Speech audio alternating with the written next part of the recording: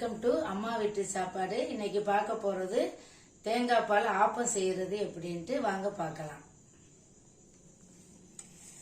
முதல்ல ஒரு உலக்கு பச்சரிசி, ஒரு உலக்கு புழுங்கல் அரிசி, அரை ஸ்பூன் வெந்தயம், 2 ஸ்பூன்ல இருந்து 3 ஸ்பூன் உளுந்தம்பருப்பு எல்லாம் ஒன்னா சேர்த்து ஊற வச்சிருங்க. 2 மணி நேரம் ஊறட்டும். ஊறின உடனே இந்த மாதிரி நைஸா அரைச்சு நல்லா தண்ணியா ஆட்டி கரைச்சி வச்சிருங்க. ஒரு 3 மணி நேரம் சென்று ஆப்பம் ஊத்தலாம். வாங்க நான் ஊத்தி காமிக்கிறேன் எப்படின்னு பார்க்கலாம்.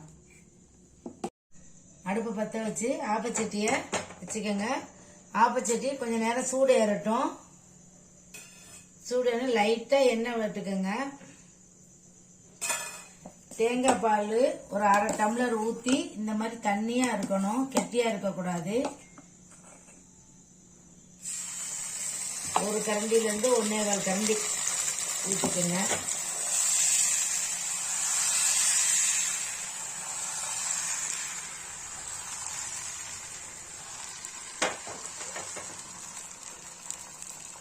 மூடி போட்டு வச்சிருங்க.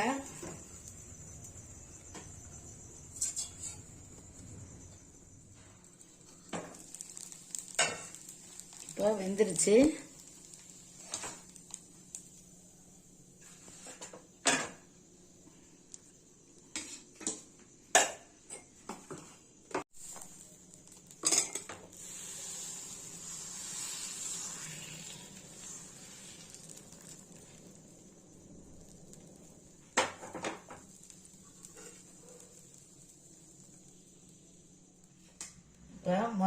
முதல் ஆப்பம் கொஞ்சம் பக்குவம் கடாய் அதிகமாக காஞ்சிருது. இப்போ 2வது ஆப்பம் ஊற்றிருக்கேன். சிலவங்களுக்கு மெலிசா இருந்தா பிடிக்கும், சிலவங்களுக்கு அந்த நடுவை திக்கா இருந்தா பிடிக்கும். திக்கா வேணுங்கிறவங்க 1.5 கரண்டி மாவு ஊற்றணும். மெலிசா வேணுங்கிறவங்களுக்கு 1 கரண்டி மாவு. கொஞ்சம் நடுவை திக்கா வேணும் அப்படின்னா 1.5 கரண்டி மாவு ஊற்றி 2 சுத்தோட நிறுத்திக்கங்க. அது நல்லா திக்காயிரும். அப்ப ஆப்பம் சாப்பிடவும் தேங்காய் பால் ஊற்றவும் ரொம்ப டேஸ்டா இருக்கும். இப்ப நான் 1.5 கரண்டியில ஊத்தி காமிக்கிறேன்.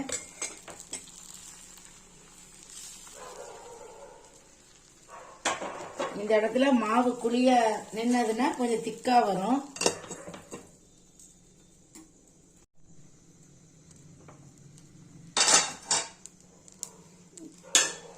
இப்ப பாருங்க, இந்த ஆப்பம் திக்கா இருக்குது.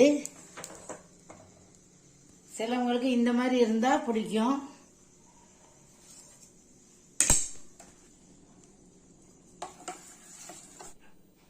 ஆப்பம் தேங்காய் பாலும் ரெடி ஆயிருச்சு. உங்களுக்கு பிடிச்சிருந்தா தேங்காய் பால் வச்சுக்கலாம், இல்ல குருமா சென்னா எது வேணாலும் வச்சுக்கலாம், இல்ல ஆட்டுக்கால் பாயா வேணாலும் சாப்பிட்டா ரொம்ப டேஸ்டா இருக்கும். இது உங்களுக்கு பிடிச்சிருந்தா லைக் பண்ணுங்க, ஷேர் பண்ணுங்க, மறக்காம பெல் பட்டனை அமுக்குங்க. தேங்க்யூ.